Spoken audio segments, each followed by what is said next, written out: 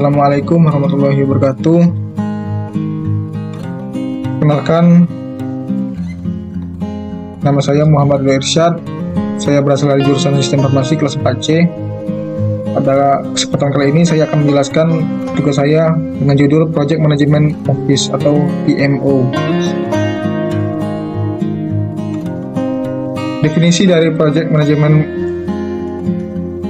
Office adalah sebuah tim atau departemen internal maupun eksternal yang membuat dan menjaga standar manajemen proyek di suatu perusahaan.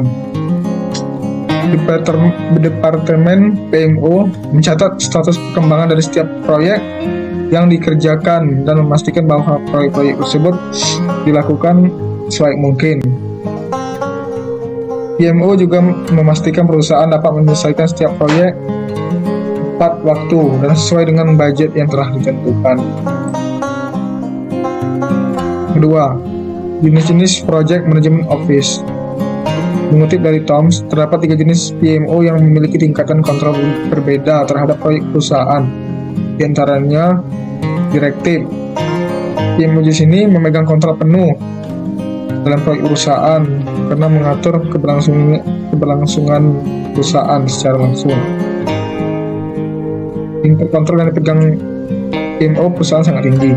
Kemudian sportif, PMO jenis ini mengambil peran sebagai konsultan terhadap proyek yang dilakukan perusahaan melalui pemberian pelatihan hingga akses informasi. Tingkat kontrol yang dipegang PMO jenis ini termasuk rendah. Yang ketiga adalah controlling. PMO jenis ini memberikan bantuan sambil memastikan bahwa setiap karyawan menggunakan tools standar serta proses pengerjaan proyek yang telah diberikan. Tingkat kontrol PMO jenis ini golong sedang. Jabatan Departemen PMO. Pertama, ada Direktur Project Manager, Program Manager, Project Scheduler, Project Planner, Project Controller, dan staf administrasi. Tugas dan tanggung jawab PMO. 1. Membentuk standar dan proses pengerjaan setiap proyek. 2. Menjaga transparansi dari setiap proyek untuk membantu perusahaan membuat keputusan yang efektif. 3. Mendesain proposal proyek, yaitu dengan membantu project manager dan anggota timnya dengan bantuan administratif. 4. Operasional, yaitu membantu melancarkan aliran informasi dan komunikasi dalam pengerjaan proyek. Melacak progres setiap proyek untuk memastikan perusahaan menyelesaikannya sesuai dengan budget, sumber daya, dan jadwal yang telah ditentukan.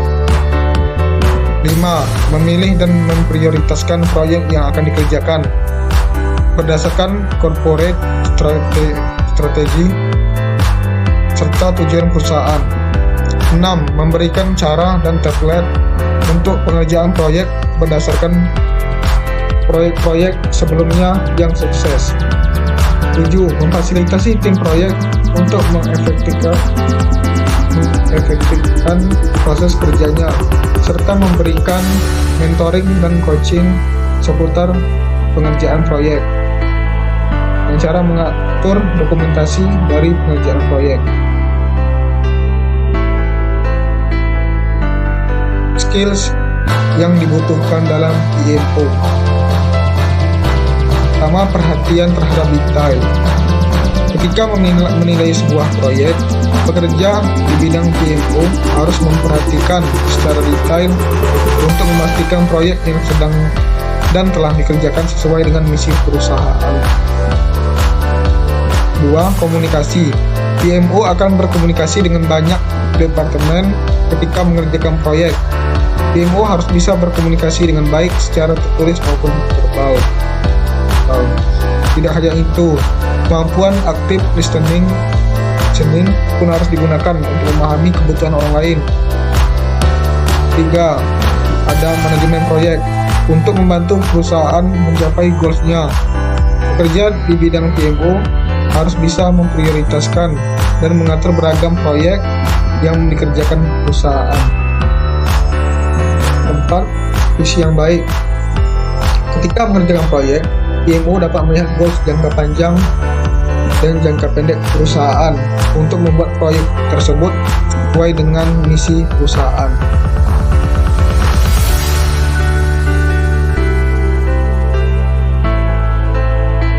Skill yang dibutuhkan dalam PMO. Dalam organisasi, kemampuan mengorganisir sangat dibutuhkan oleh PMO karena kamu harus melacak progres dari setiap proyek. Dengan kemampuan ini, kamu bisa mengorganisir data dan informasi penting supaya tidak berantakan ketika dibutuhkan. 2. Problem solving. Ketika terjadi penundaan dalam timeline pengerjaan atau budget yang berlebihan, PMO dapat menggunakan kemampuan problem solving untuk mencari cara kreatif supaya perusahaan bisa kembali mengerjakan proyek sesuai dengan goals-nya. 3. Manajemen risiko. PMO terkadang harus mengambil risiko dan mencoba ide baru supaya sebuah proyek bisa sukses.